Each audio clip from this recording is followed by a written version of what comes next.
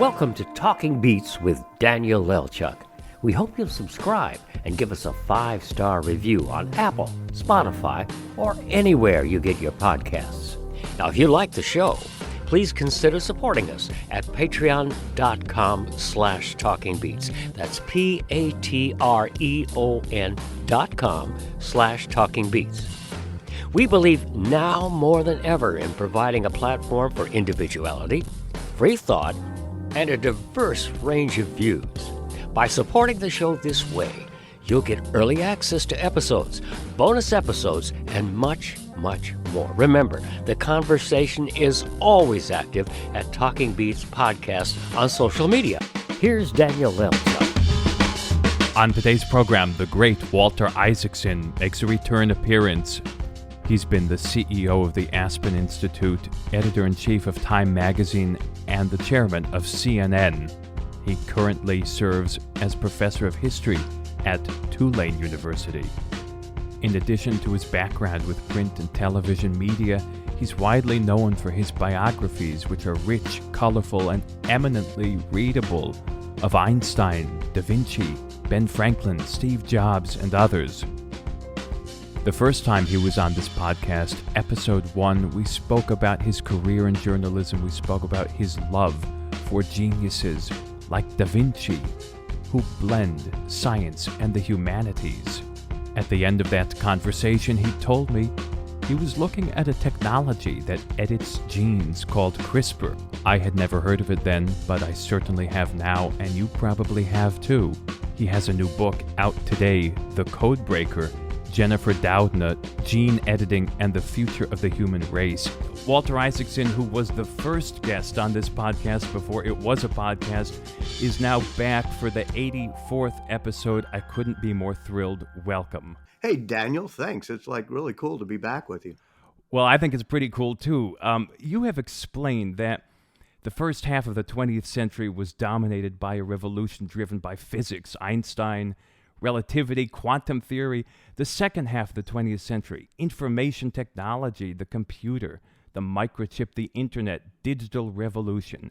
Here we are, March 2021, and you write this in your fantastic new book, The Codebreaker. I'm quoting you.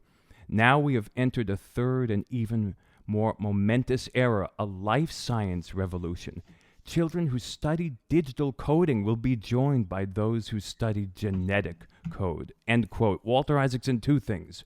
1, what makes you feel this is even more momentous? And 2, is this it? Is this the culmination of it all? Well, it's more momentous because we're going through coronavirus. We can just see every day how important it is and how joyful it is to understand how something works, especially when that something is ourselves. And when I started writing this book, The Codebreaker, it was about Jennifer Doudna CRISPR, which is a way to edit our genes, and how we could determine the future of the human race. And that really got me into how do we program our molecules just like we used to program, just like we do program our microchips. And suddenly, when coronavirus struck and we had to create RNA-based vaccines that essentially work by programming our molecules to build the proteins we need to help give our immune system against a jolt against the coronavirus. So when I started, I thought this was the most momentous scientific revolution. Now I think, hey, I was understating the case. When we first talked, you mentioned, when I asked you, what are you working on next? You mentioned this, you mentioned Jennifer Doudna, you mentioned CRISPR. That was, in the time when we were in a studio together, we shook hands, we stood close by for a picture. All that seems nice and quaint in retrospect. We'll be back. We'll be back there. The superheroes now are wearing white lab coats, not capes. And within a few months, we'll all be back to doing selfies with each other without masks on. I look forward to that indeed. So I wonder what it was like when you were writing the book. You obviously had an interest in, I guess, a few years before you wrote the book, or the process took a long time, but then suddenly the pandemic comes along, and does it sort of magnifies, does it change what you were doing? Because this was already pretty fascinating before the pandemic. Yeah, it was fascinating to me because we were able to use these new technologies to edit our genes to protect us against things like sickle cell anemia. And then this scientist in China used it to edit the embryos of what became twin girls so that they and all of their descendants would not have the receptor for HIV, the virus that causes AIDS. And people were a little bit shocked, it's like editing and making inheritable edits in the human species. But now, if we could make edits that would make us so that we're not susceptible to viruses, and we could do it safely. I mean, this guy, it wasn't really ready to be done yet.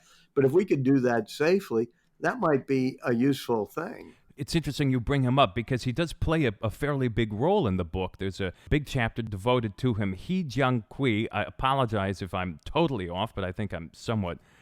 That's pretty good. That's pretty good. and so he sort of went a little rogue. He used, as you said, CRISPR, right? I mean, on human embryos or twin girls, and it was premature what he did. It was reckless. It certainly offended many in the scientific community. And many pointed out it wasn't even medically necessary to do what he wanted to do. But here we are, 500,000 Americans dead and counting, huge toll all around. A lot of people are going to leave this with after effects that are being considered preconditions. So is that desperation, is that acceptance there, you think, for editing that might have horrified us 3 years ago? I think it has opened us up to the miracles that we can do using molecules. And I hope by writing this book, I demystify it some, because people are kind of nervous. Wait, you're going to put RNA into my body cells and it'll produce proteins and that'll be a vaccine against coronavirus. And I try to explain it step by step and say, hey, this has been around for 1 billion years, this notion of RNA being a guide or a messenger within our cells. So by trying to show how this happened and to demystify it, I think I'm going to make people a little bit less intimidated by it. And I also, as did Jennifer Doudna, the main character in my book, as well as her colleagues like Emmanuel Charpentier, who won the Nobel Prize with her this past October, and her competitors, like Feng Zhang and others, I think they've all become a little bit more open to the fact that we're going to have to use our ingenuity and our new biotechnologies in order to make sure we don't get hit by wave after wave of pandemic. And the technology I write about, which is the gene editing, that could make us immune to coronaviruses. But secondly, it's based on the same concepts that are doing both vaccines and cures. So even if we're not going to edit the human genome, bacteria have been using CRISPR to fight viruses for a couple billion years. We could use CRISPR tools so that we could just kill viruses when they come into our system. So I think all of those things, the coronavirus pandemic, and for that matter, the fact that CRISPR was used this past year to cure somebody of sickle cell anemia, a woman named Victoria Gray, who lives in Mississippi. So these miracles of new vaccines and new cures coming along, and I hope my book explaining how they work will make people a little bit less intimidated or frightened and a little bit more hopeful about this, new world we're entering. There's a lot to admire about you, but two things jump out to me based on our conversations about science, particularly. One is your optimism, and the other is your open-mindedness. And I think that's illustrated by your lack of skepticism. Maybe that's not the best way to put it, but you do tend to see the good. I think you tend to see the good in people and in possibilities. And in that vein, you were in the Pfizer trials for the vaccine, for the RNA vaccine from Pfizer. Why did you do that? Why did you feel that you, as a sort of public social historical commentator, why jump into the RNA Pfizer mix? Oh, we all do things that are civic minded and that are good, and I'm no hero. I'm not somebody who, rushed into the World Trade Center after the planes hit. But I think we can all participate in making science more helpful and better. And one of the very easy ways to participate is to join a clinical trial, whether it be, for a coronavirus vaccine or for a treatment for anything else. And I trust science because I keep my mind open and try to understand it. I understand why some people may be a little bit more intimidated, but once I look at something, I say, okay, if it's been tested, if it's safe, I'm open to it because I look at the miracles that science has done, even just in the past century, everything, from vaccines to treatments, when I was born, people were scared to go to swimming pools in New Orleans, in the early 1950s because of polio. And then we got, the Salk and Sabin vaccines, and it just made our lives so much better. And, everybody from, the discovery of penicillin saved more lives than all the wars of that 20th century combined. So I love the miracles of science, and I think it's more dangerous to fear science than it is to embrace science. There's a wonderful quote in this book. There's a lot of great quotes, but there's a quote that I think encapsulates your particular fascination with the melding of science and art. That's kind of the theme with you. And the quote is from this French mathematician and physicist, Henri Poincaré. It's a great name. and he writes, quote, "The scientist does not study nature because it is useful. He studies it because he takes pleasure in it, and he takes pleasure in it because it is beautiful." Jennifer Doudna, my hero, said something to me at one point when we were discussing this notion of CRISPR, which she had pursued out of pure curiosity, basic curiosity, which is, why do bacteria have these clustered repeats in their DNA? And she wasn't looking for something useful. She was looking at it, as Poincaré said, because she was curious, that she liked to study nature because it's beautiful. She wasn't trying to find some great new tool.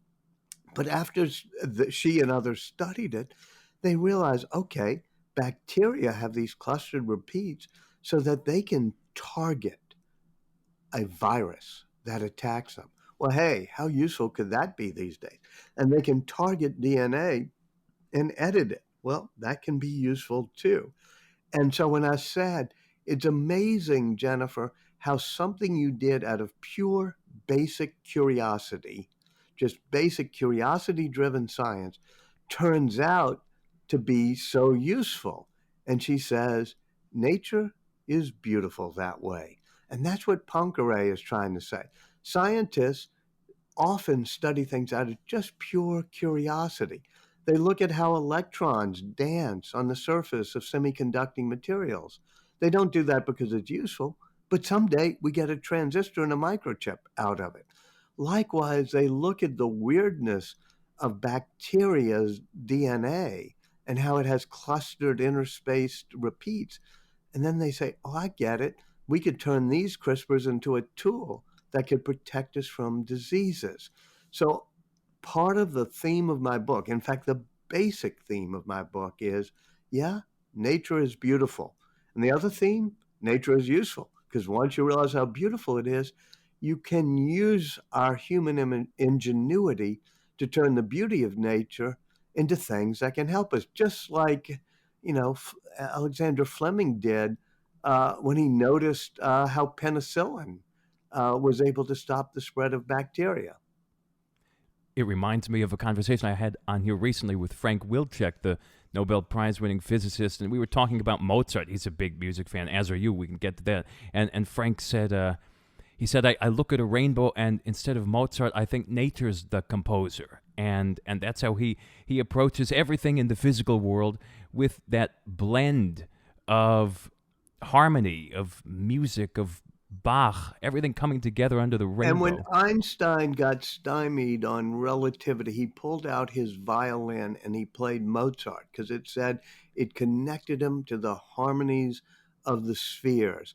And he would ask himself when he looked at an equation, say, that described the curvature of the universe for his theory of general relativity, he'd say, is this the way the good Lord would have painted this brushstroke? In other words, he knew that nature was this beautiful thing, and that if you connect to the harmonies and the patterns, which we do through Mozart's music, but also through the equations of general relativity, it's all just wonderful brushstrokes that paint the beauty of nature. Here's a question of a different sort. Is everybody you've written about a hero of yours in some way? You know, it's nice to have them as heroes, but none of them are unmitigated heroes. They all turn out to be human beings. I mean, I don't want to, my first book was on Henry Kissinger, and I felt he didn't have the moral instincts that have to drive American foreign policy. You can't just be based on a realistic appraisal of balances of power. It has to be driven by values and purpose. So he's not exactly a hero of mine, although I understand his brilliance. And likewise, if you read the Steve Jobs book, he's a complex character. He could be a jerk at times. But it was also that passion that for perfection that made it so that the iPhone I'm fiddling with right now feels so beautiful in my hands. And in my new book, Jennifer Doudna, about her and gene editing and the code breaker, it begins with her reading James Watson, who discovered the structure of the double helix, along with Francis Crick and Rosalind Franklin and others. And boy, is he a flawed character. And I go through how some of the obsessions that probably made him a great at understanding the nature of the gene also led to beliefs and theories that, are odious. And so with Jennifer, she decides she has to take a much more moral approach once this gene editing comes about.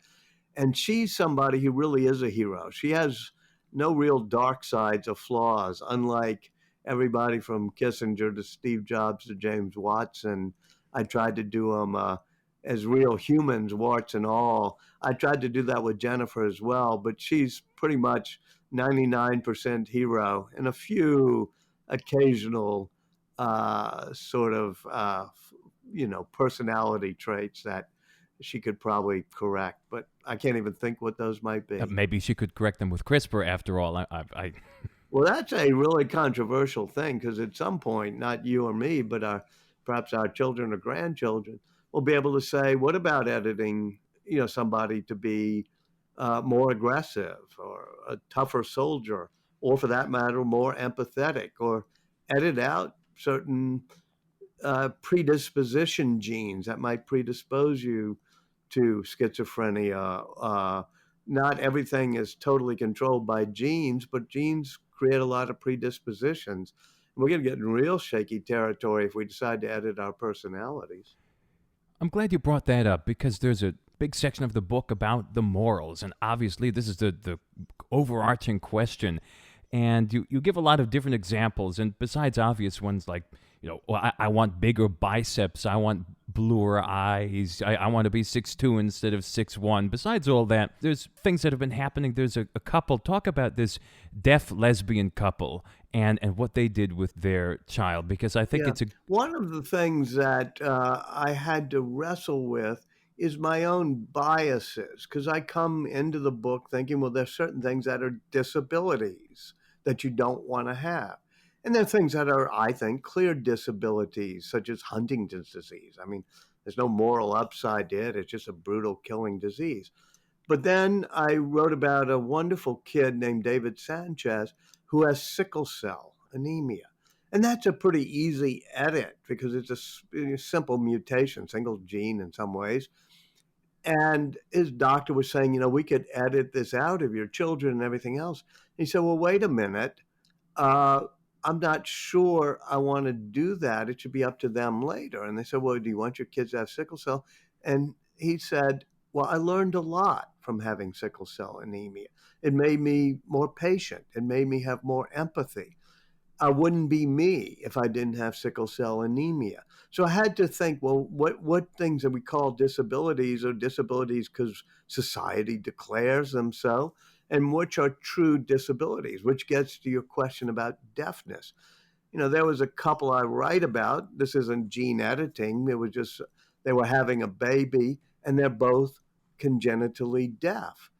And they wanted to make sure that they had a child who was deaf because they said that's part of our culture. And so they got a sperm donor who had congenital deafness to make sure that children were born deaf. So if we want to edit deafness out of the human species, we have to wrestle with the question, does everybody believe that deafness is a true disability, or might there be some value to the diversity of our species who have people who are deaf? Now, my own opinion is if it's me personally and I were having children and I had a gene that might cause them to have deafness, I would try to have children who weren't deaf. But I got my mind opened a bit to what is it that we call disabilities that might just be because we in society don't accommodate them well. And you go through a whole bunch of things people might want to edit, from skin color to gender to, sexual orientation to height to hair color to deafness to blindness, whatever. And you have to say, all right, which of those are medically necessary and which of those are things that we probably should resist because it's us overly editing the human species to be less diverse. But let me make Yeah. clear, by the way, there's no single gene for a lot of these things. So we got a couple of decades before we're going to learn how to fiddle with our genome in order to change certain predispositions that might be partly genetic. Step back and take the long view for a second. So you look at all of these things you're mentioning about subcultures of perhaps having a deformity or having a handicap or something that is generally viewed as a hindrance to your ability to thrive as a human. And I think a lot of people would think being deaf is a hindrance and is a disability. But how do these decisions get made by society? We have 6 billion people in the world, 330 million in this country. How do these things ebb and flow and shift, and what is considered what when? Yeah, our vision, our belief in what are disabilities and what are preferable traits often changes. I think, and I go through this in the book, we have to do it step by step and we have to do it hand in hand and we have to do it with an open mind. There are certain things that to me are truly valid medical reasons that you might, want to fix things. And by the way, it's like taking a vaccine to protect us against coronavirus. That's a medically necessary thing. I don't think most people would object to the invention of vaccines. The question is whether you think we should be doing some gene editing to cure Huntington's disease, or you can do it in a living patient who has a certain type of blindness that's congenital. You can edit now using CRISPR the eye cells of that patient. To me, that's valid because you have informed consent of the patient. The patient says, yes, this is what I want. So I think we can look at things, and there's a blurry line between what's an enhancement and what's medically necessary. For example, improving your memory when you're faced with Alzheimer's, that could be considered a medical treatment. But improving your memory when you're not faced with Alzheimer's, that might be considered an enhancement. And so we have to say, let's start with those things that are truly medically necessary and be cautious and take it step by step. We won't be able to stop all of this. Some scientists will do things in some countries, But with international cooperation of policymakers and scientists, you can really put a damper on certain types of medical treatments that society doesn't feel are correct to do right now. You're very good at laying out both sides of this quandary in the book. In the later chapters, the moral questions, it's part 7 of the book for anybody who wants to just open it up. And sometimes I wonder, where is Walter Isaacson's personal belief? What do you think? What do we put as a limit? Do we limit? How do we limit? Right. First of all, thank you for what you said, because I am not a preacher. We're from Louisiana. Two types of people come out of Louisiana: preachers and storytellers. And I had a mentor, the great novelist Walker Percy, who said, for heaven's sake, be a storyteller. The world has too many preachers. So in my book, I take the reader, I hope, hand in hand, and so does Jennifer Doudna and the other people who are characters in my book. And we march through these questions, wrestling with them, not so that I can convince somebody of the answer, but because I believe that we as a society have to help figure out the answer. And by we, I really mean we, meaning you and me, Daniel, and every listener of this podcast. We shouldn't delegate it to the politicians or to the scientists. So I think it's important for people with an open mind to say, okay, I see how it could be done. I see how memory could be done. I can see how muscle mass could be done. I can see that making kids taller is a competitive advantage. But if every kid were 1 foot taller, it wouldn't be any real advantage to any one of the kids. It would just help, carpenters who have to raise door jambs or something. So this would not be a real advantage to a society. So they're interesting and pretty simple thought experiments we do during the book to say, how far do we want to march down this path? And I want the reader to be doing it hand in hand, step by step with me as we go through the book, instead of saying, let me turn to the end and see what the answer is. As for me, my views change and they evolve as I get new facts, which I hope is true of most people. I had an instinctive reaction against any form of inherited gene editing when I started the book. But then when I saw things that really could be done to alleviate human suffering, and when I saw how it could be done in this incredibly cost-effective way, if we want to knock out Huntington's disease or sickle cell anemia, cystic fibrosis, and others, that I became more open to the use of gene editing, even inheritable gene editing.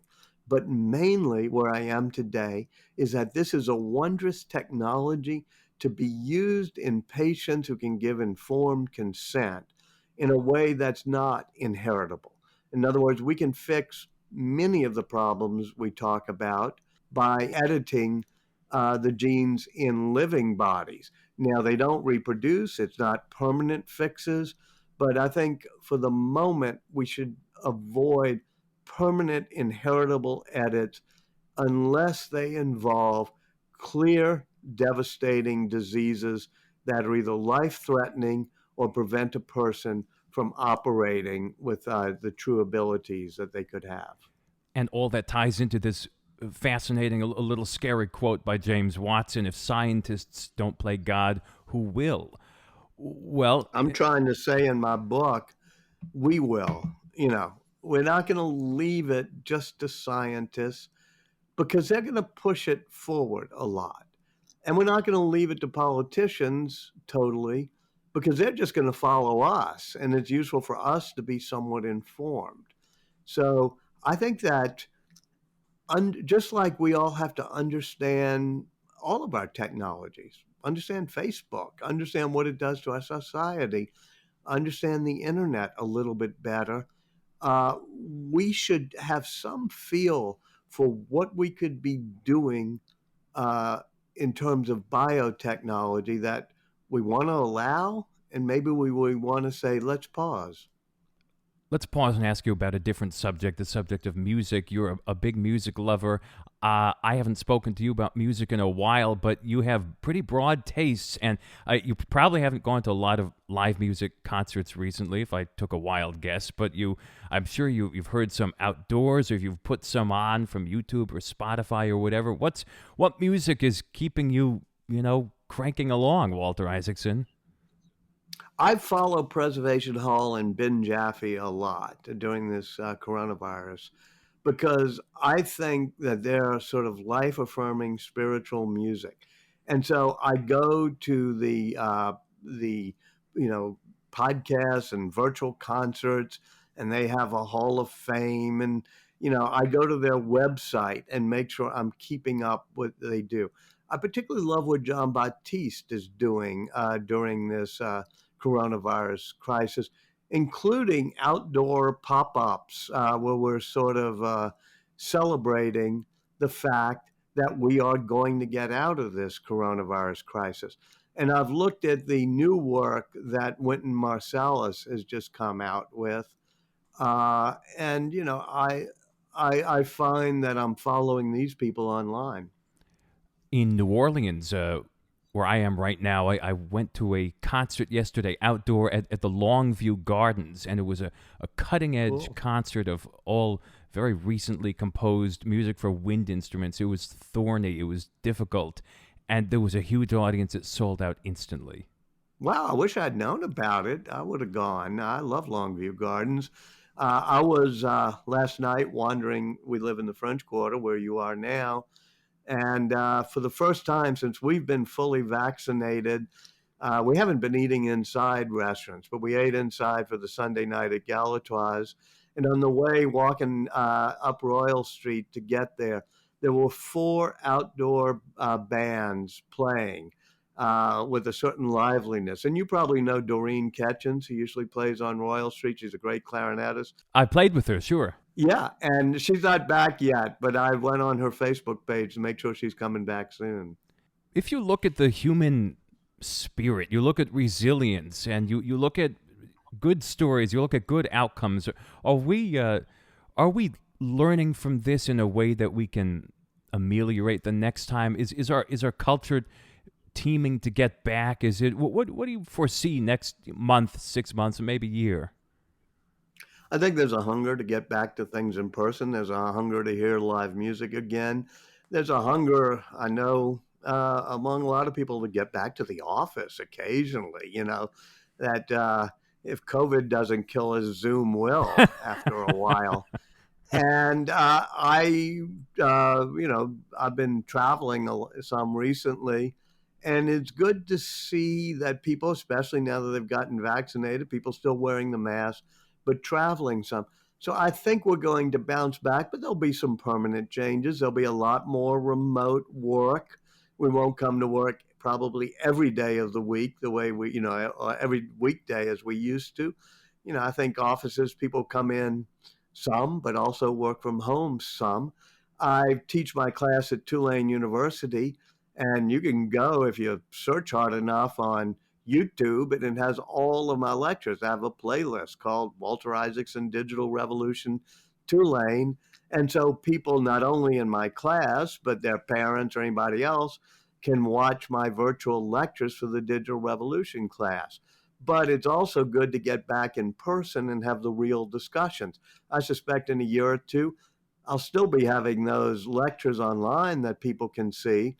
But, in person, we'll have a lot of debates and discussions, and I think we'll have a new normal. The very good thing is that the science we've been talking about will help us get to a new normal because these new RNA vaccines and these new CRISPR cures, one of the beauties of them is they can be reprogrammed easily. So they're programmed to fight this current coronavirus. But if it mutates, if we get other variants that are much different, if we get a whole new coronavirus, it'll just take maybe a few days to reprogram the messenger RNA or to reprogram the CRISPR detection technology or the tool that will just directly kill that coronavirus, or for that matter, even a bacteria or a cancer cell, anything that has genetic code in it.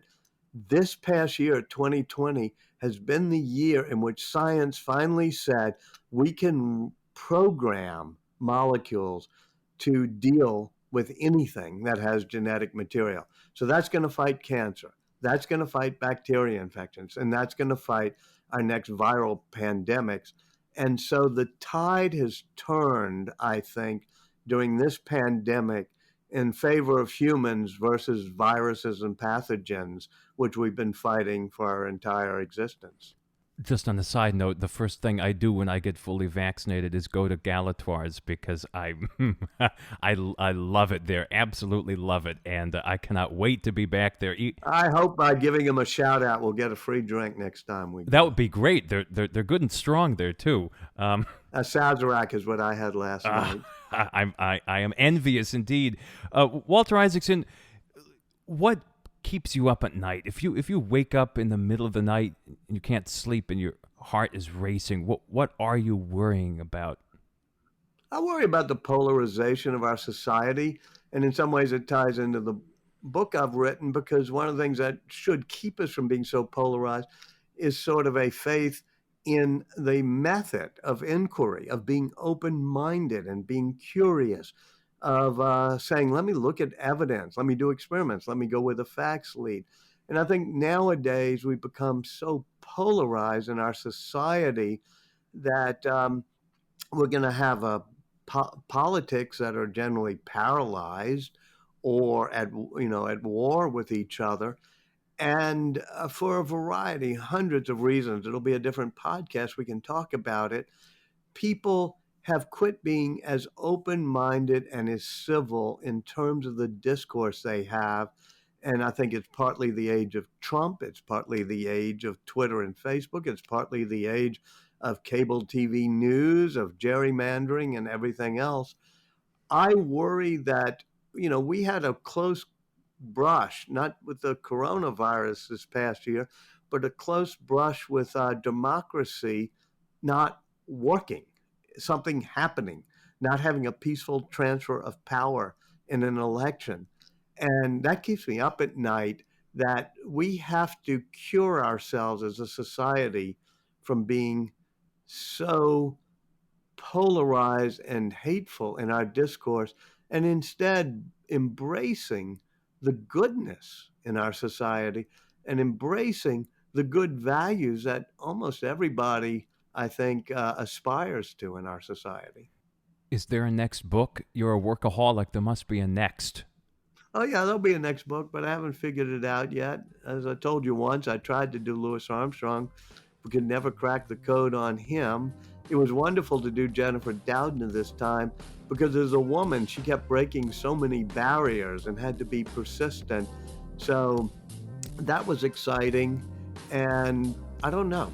I give myself usually a year after I finish a book where I chew on a whole lot of ideas for the next one. Expect another email from me. All right. Walter Isaacson, the new book out today, The Code Breaker, Jennifer Doudna, Gene Editing, and the Future of the Human Race. Walter Isaacson, I thank you very much. As always, it's a wonderful pleasure being with you, sir. You've been listening to Talking Beats with Daniel Elchuk. The original theme music is by Ronald Markham. The content coordinator is Nathaniel Mose, and Doug Christian is executive producer. We invite you to subscribe and leave a 5-star review on Apple, Spotify, or anywhere you get your podcasts. You can support us at patreon.com/talkingbeats. That's patreon.com/talkingbeats. And be sure to check us out on social media. We'll see you next time on Talking Beats with Daniel Elchuk.